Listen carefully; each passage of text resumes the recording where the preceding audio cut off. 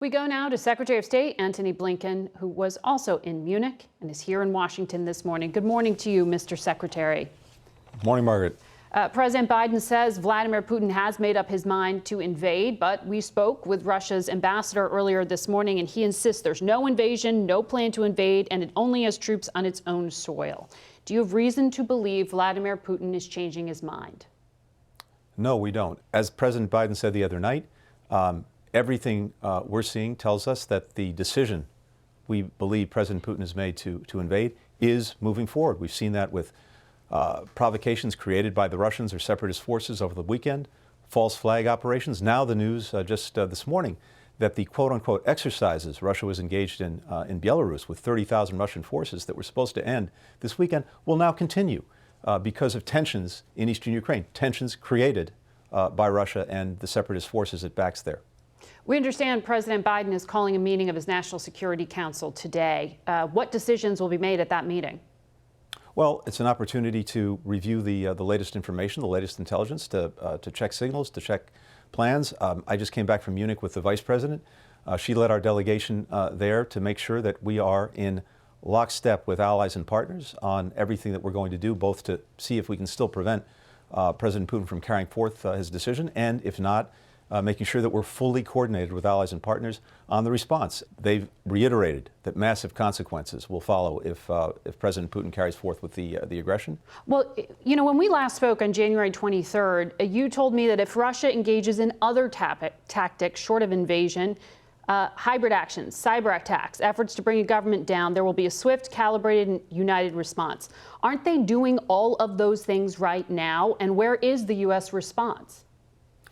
First of all, we've taken significant action in recent months, supplying Ukraine with more defensive, lethal defensive assistance. But those cyber attacks were just attributed by the White House on Friday.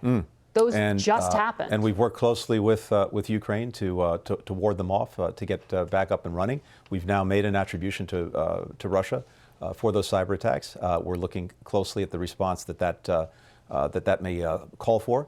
And we're doing all of this in coordination with allies and partners.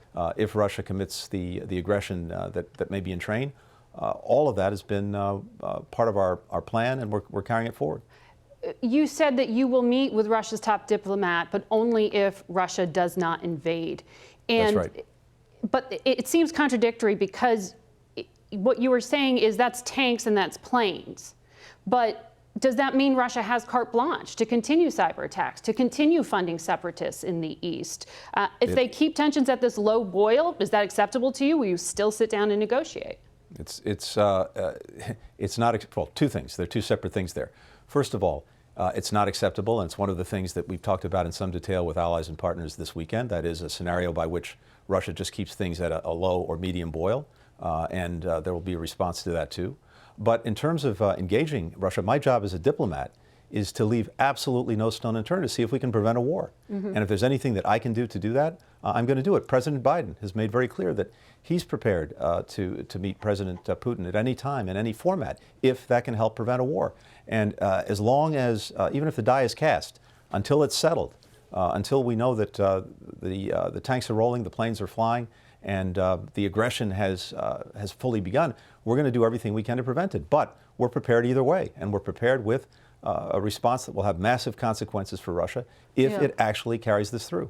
You have consistently described sanctions as a deterrent, but I know you heard President Zelensky really light into the Western allies in that speech in Munich, and he accused you and the West of appeasement of Vladimir Putin over the past few years.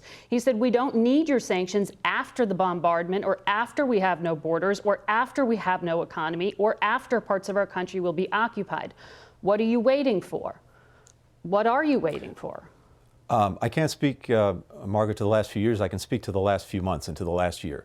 And in that period of time, the United States, again, has provided to Ukraine more assistance, including lethal military assistance, defensive assistance, more in the past year than at any time in any previous year.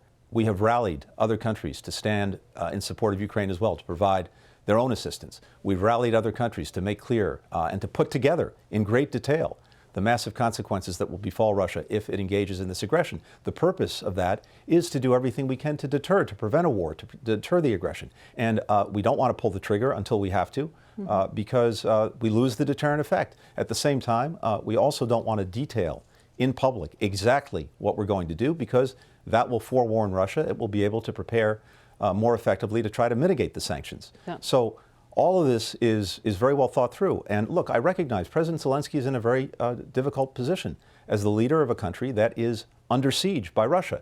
We are doing everything we can to both help Ukraine defend itself and to make clear what will happen to Russia if it undertakes this aggression.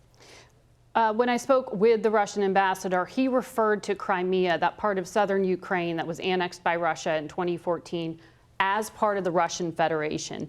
Will the U.S. In any way consider recognizing that, ceding that territory or any territories in the east of Ukraine as a diplomatic way out to avoid a larger war? No. No, hard stop. That is not up for negotiation. That's correct. The president has said that the United States will continue to support Ukraine in the future after an invasion. If there is an occupation, does that mean the United States is committed to funding and arming an insurgency? The president said that we will, in the event of an invasion, double down on our support for Ukraine. And that means in terms of security assistance, economic assistance, diplomatic assistance, political assistance, humanitarian assistance, you name it. Secretary Blinken, good luck this week. Thank you for your time this morning. Thanks, Margaret. Good to be with you.